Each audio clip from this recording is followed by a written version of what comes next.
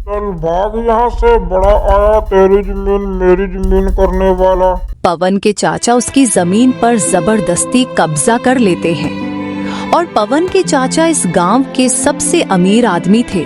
हे भगवान, हमने किसी का क्या बिगाड़ा है? अगर हमसे कोई भूल हो गई है तो हमें माफ कर देना भगवान। पिताजी रोइए मत, मुझे भगवान पर पूरा विश्वास है, वह हमारी प्रार्थना जरूर सुनेंगे।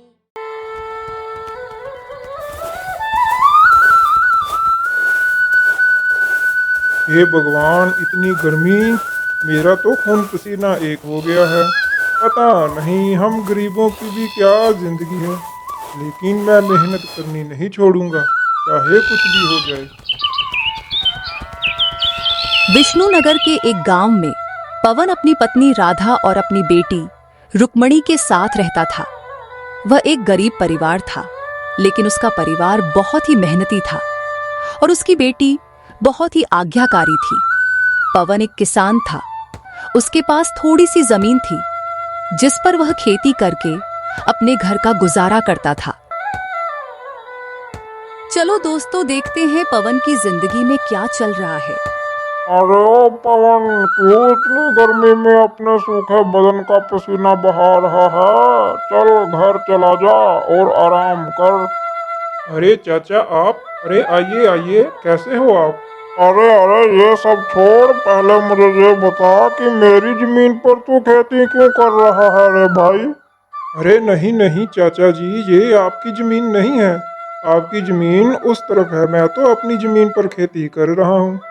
अब तू मुझे बताएगा कि तेरी जमीन कौन सी है और हमारी जमीन कौन सी है। चल भाग यहाँ से, कल से तुम इस जमीन पर दिखाई नहीं देना चाहिए। इस जमीन पर मैं खेती करूँगा।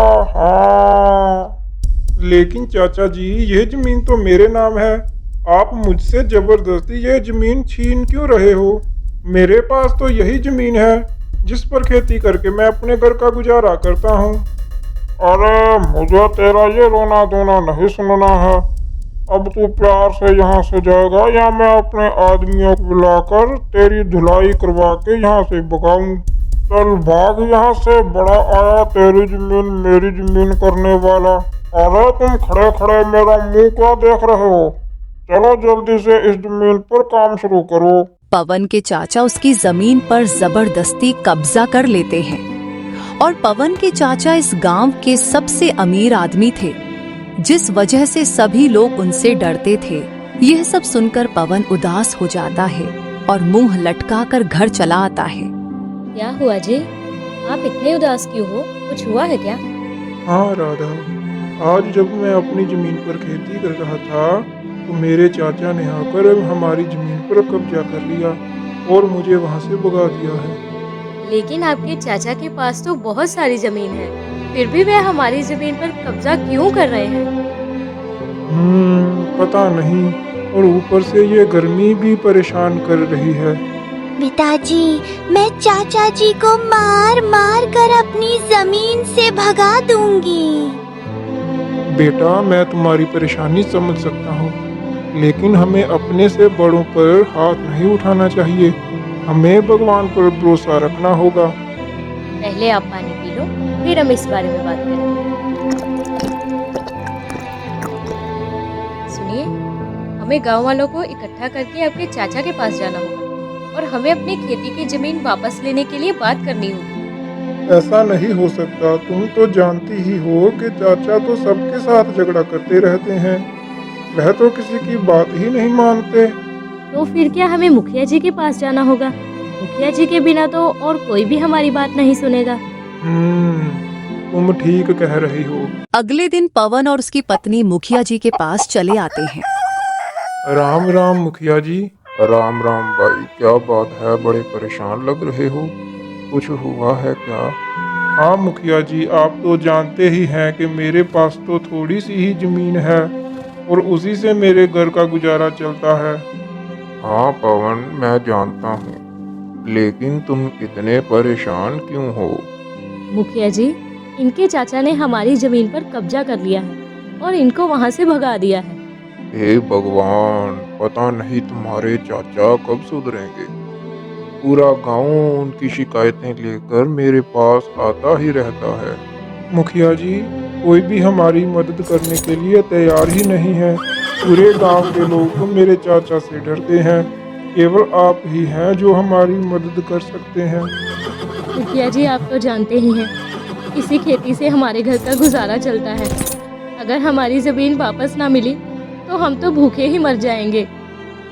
आप चिंता ना करें बहन जी, मैं आपसे वादा करता हूँ, मैं आपकी जमीन वापस दिलवा कर ही रहूँगा और आपका कोई भी नुकसान नहीं होने दूंगा। इन लोगों का फैसला करवाने के लिए मुखिया जी पवन के चाचा को अपने पास बुला लेते हैं। अरे मुखिया जी, जल्दी जल्दी बताइए क्या काम है। मेरे पास इतनी बातें करने के लिए समय नहीं है। अरे भाई, ये मैं तुम्हारे बारे में क्या सुन रहा हूँ। तुमने उनकी जमीन पर जबरदस्ती कब्जा किया है और उस पर खेती भी कर रहे हो। अरे अरे, कौन सी जमीन, किसकी जमीन? मैंने किसी की जमीन पर कब्जा नहीं किया। ये आपको झूठ बोल रहा है। वह तो मेरी जमीन है। अरे घुमा फिरा कर बातें मत करो। मैं अच्छी तरह से जानता हूँ वह जमीन पवन की है और तुमने उसकी जमीन पर कब्जा किया है। हाँ, अरे मुखिया जी, आप तो गुस्सा ही कर गए।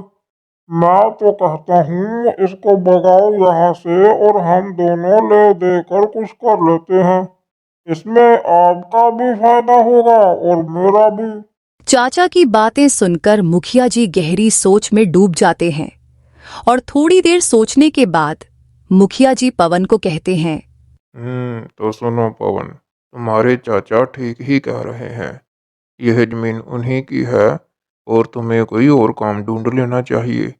इतनी गर्मी में अगर तुम खेती का काम करोगे, भगवान ना करे अगर तुम्हें कुछ हो गया तो तुम्हारे परिवार का क्या होगा। अरे मुखिया जी, यह आप क्या कह रहे हैं? मैं जो भी कह रहा हूँ ठीक ही कह रहा हूँ। इसी में तुम्हारी भलाई है और अब तुम जाओ यहाँ से। मुखिया जी की बातें सुनकर पवन और उसकी पत्नी हैरान हो जाते हैं और उदास होकर वहां से चले जाते हैं। सुनिए, मुखिया जी को हमारे साथ ऐसा नहीं करना चाहिए था। पता नहीं उन्होंने हमारे साथ ऐसा क्यों किया। हाँ राधा, मैं भी यही सोच रहा हूँ।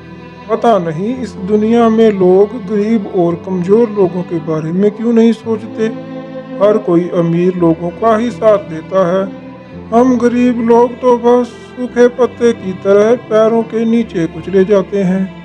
राधा, मैं बाजार काम की तलाश में जा रहा हूँ और अगर कुछ पैसे मिल गए तो शाम को आते समय कुछ खाने के लिए ले आऊंगा।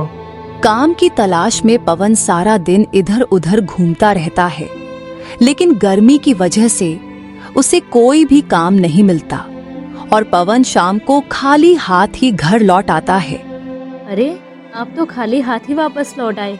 आपको कोई काम नहीं मिला क्या? अरे नहीं राधा, गर्मी के वजह से कहीं भी काम मिल ही नहीं रहा। पिताजी, मुझे बहुत भूख लग रही है। बेटा, घर में थोड़े से चावल बचे हुए हैं, मैं अभी तुम्हें ला कर दे देती हूँ। इसी तरह पवन के परिवार का गुजारा बड़ी मुश्किल से चल रहा था और जब कभी भी पवन अपनी जमीन के पास से गुजरता तो वहां खड़ा होकर अपनी नम आंखों से अपने चाचा को उसकी जमीन पर खेती करते हुए देखता तो उसकी आंखों में आंसू बहने लगते। इसी तरह कई दिन बीत जाते हैं और देखते ही देखते पवन के चाचा उसकी जमीन पर खेती करके काफी सब्जियां इकट्ठा कर लेते हैं। जी, सुना है आपके चाचा ने हमारी जमीन पर काफी अच्छी खेती की है। हाँ राधा, मैं जानता हूँ। मैंने देखा है कि हमारी जमीन पर इस बार खेती बहुत अच्छी हुई है। लेकिन अगर चाचा ने हमारे साथ ऐसा ना किया होता तो आज वह सारी सब्जियां हमारे पास होती और हमारे हालात इतने बुरे ना होते।